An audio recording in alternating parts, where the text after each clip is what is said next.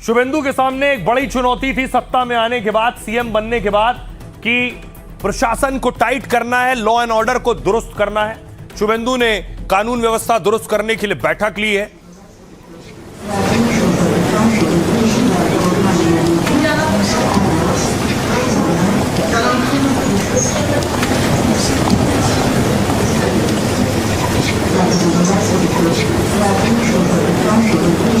और खासतौर पर शुभेंदु ने कई ऑर्डर दिए। उन ऑर्डर में यह भी शामिल है कि कोई पशु तस्करी नहीं करेगा और बंगाल में गौहत्या नहीं होनी चाहिए। हालत ये हो गई है कि एक शख्स गाय बेचने गया था तो लोगों ने मना कर दिया, खरीदने से भगा दिया कि गाय नहीं खरीदेंगे।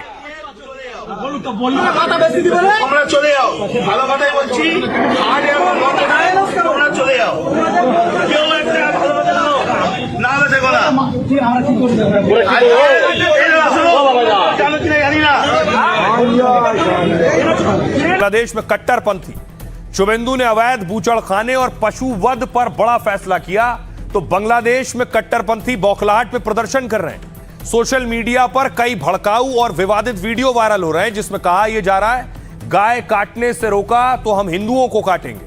दरअसल पश्चिम बंगाल सरकार ने पशु वध पर नया आदेश दिया और बिना फिटनेस प्रमाण पत्र के पशु वध पूरी तरह से रोक दिया है। यह प्रमाण पत्र नगर निकाय और पशु चिकित्सक की सहमति से जारी होगा। इसके साथ ही सार्वजनिक रूप से पशु वध को प्रतिबंधित कर दिया है। इस फैसले में से बांग्लादेश का मांस उद्योग और चमड़ा व्यापार प्रभावित होगा क्योंकि इसके लिए पश्चिम बंगाल से आने वाले मवेशी एक बड़ा स्रोत है। शुभेंदु सरकार के फैसले से बांग्लादेश में कच्चे माल की कमी होगी। ऊपर से बकरीद का त्योहार आने वाला है, इसलिए भी बौखलाहट है बांग्लादेश में। सुनिए जरा बांग्लादेशी कट्टरपंथी क्या कह रहे हैं। আমরা যদি মসজিদের মাইকে আজান দিতে না পারি তারা তাদের মন্দিরে কোনো মাইকের শব্দ ব্যবহার করতে পারবে না। আমরা জিহাদ চাই, জিহাদ করে বাঁচতে চাই। আমরা তো আজকে এলাকা ভিত্তিক কর্মসূচি দিছি, পরবর্তী যদি বন্ধ না হয় তাহলে আমরা ইন্ডিয়ার এমবাসি ঘেরাও করব। আর বিজেপি আসার ফলে মুসলমানদের বাড়িঘর তো ভাঙচুর করতেছে, সাথে সাথে মসজিদও ভাঙচুর করতেছে। এটা আমাদের ইমানি দায়িত্ব। अब देखिए जरा बांग्लादेश में बवाल हो रहा है, इधर टीएमसी की मीटिंग में बवाल हो गया। दरअसल तृणमूल कांग्रेस ने कल विधायकों की बैठक बुलाई थी। उनके जो विधायक चुने गए हैं वो पहुंचे, लेकिन सारे नहीं पहुंचे।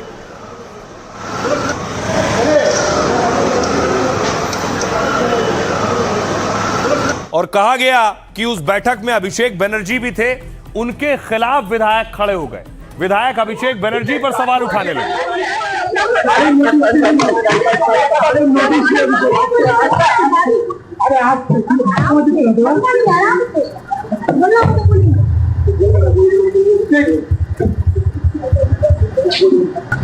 अब देखिए जरा इस बैठक को लेकर अलग अलग दावे किए जा रहे हैं। क्या कहा जा रहा है, क्या हुआ इस मीटिंग में।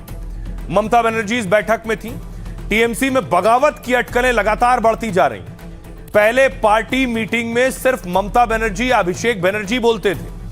मीटिंग में मौजूद बाकी सारे लोगों का काम केवल सुनना होता था, ऐसा कहा जाता है। लेकिन अब टीएमसी की पार्टी मीटिंग का यह मॉडल उल्टा हो गया। कालीघाट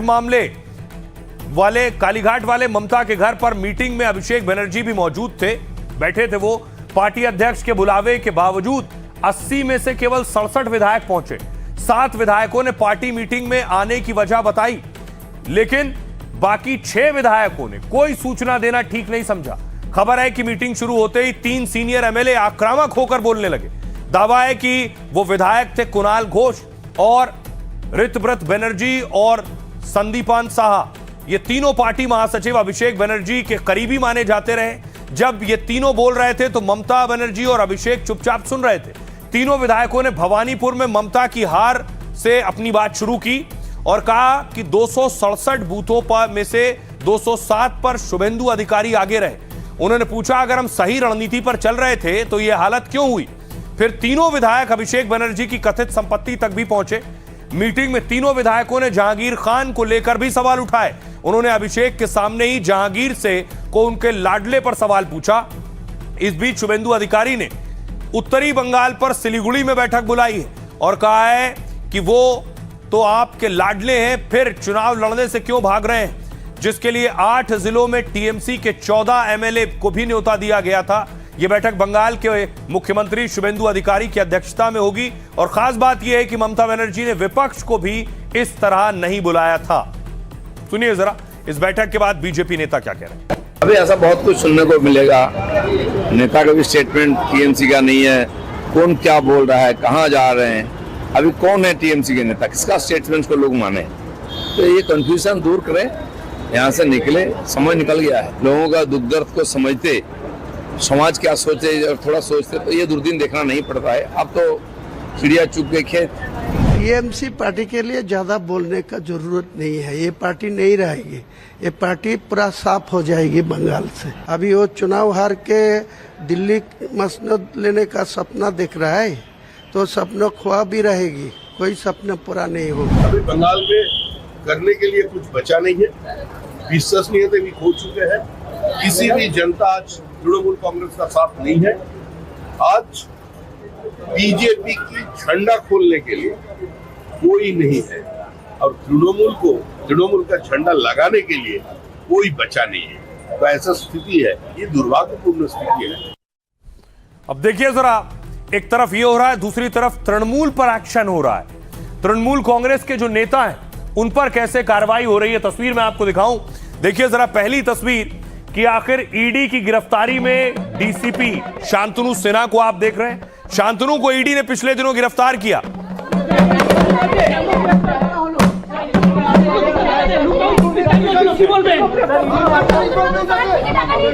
तो शांतनु को तो ईडी ने वैसे पहले गिरफ्तार किया था। मुझे तस्वीर आपको दिखानी है, डीसीपी का घर देखिए जरा।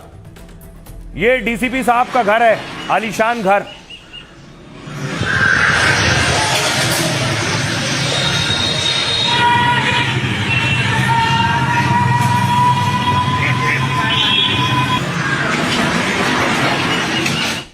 टीएमसी से जुड़े हुए हर शख्स पर एक्शन हो रहा है। टीएमसी पर एक और आरोप, तस्वीर देखिए जरा। टीएमसी दफ्तर से क्रूड बम बरामद हुए। ये बम चुनाव के दौरान भी इस तरह के बम मिले थे।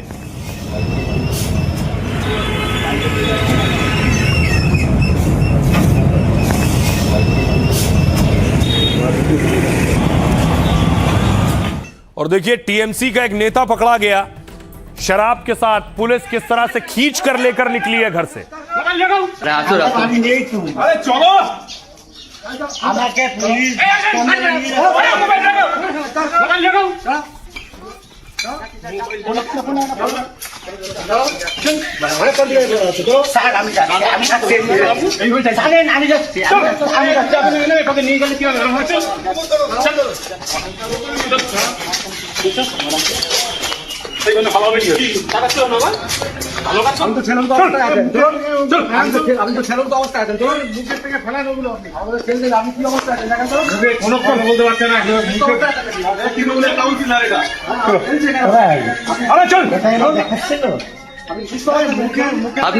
सिर्फ ये एक नेता नहीं, जब से शुभेंदु ने शपथ ली है उसके बाद से जितने अपराध में शामिल रहे, आरोपी रहे हिंसा में, उन सब की गिरफ्तारी हुई। 5 तृणमूल के और नेताओं की गिरफ्तारी हुई है पुलिस ने, जिन्हें गिरफ्तार किया।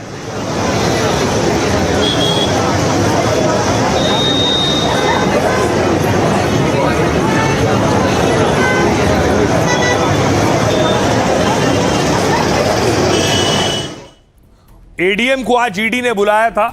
ये आप देख रहे हैं, एडीएम अंसार शेख को ईडी ने बुलाया था। ईडी ने पूछताछ की है और सैंड स्मगलिंग में आज ईडी में पेशी थी एडीएम की।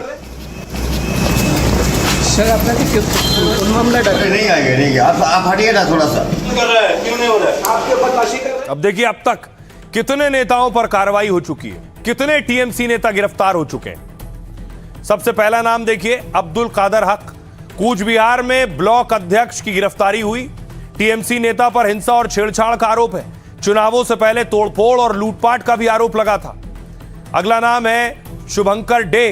कूच बिहार में टीएमसी का ब्लॉक अध्यक्ष है और 2 दिन पहले इन्हें गिरफ्तार किया गया है। यह 2025 में शुभेंदु के काफिले पर हमले के आरोपी। अगला नाम है शांतनु मजूमदार। उत्तरी 24 परगना में टीएमसी के पार्षद हैं। रंगदारी मांगने के आरोप में इनकी गिरफ्तारी हुई है। अगला नाम पप्पू सोना। ममता का सबसे बड़ा डॉन कहा जाता है उस राज का। इस पर अवैध वसूली और मनी लॉन्ड्रिंग का आरोप है। ईडी ने 10 घंटे की पूछताछ के बाद गिरफ्तार किया। अगला नाम सुजीत बोस, टीएमसी के नेता और पूर्व मंत्री हैं। हाल ही में ईडी ने गिरफ्तार किया है और नगर पालिका भर्ती घोटाले में गिरफ्तारी हुई है इनकी।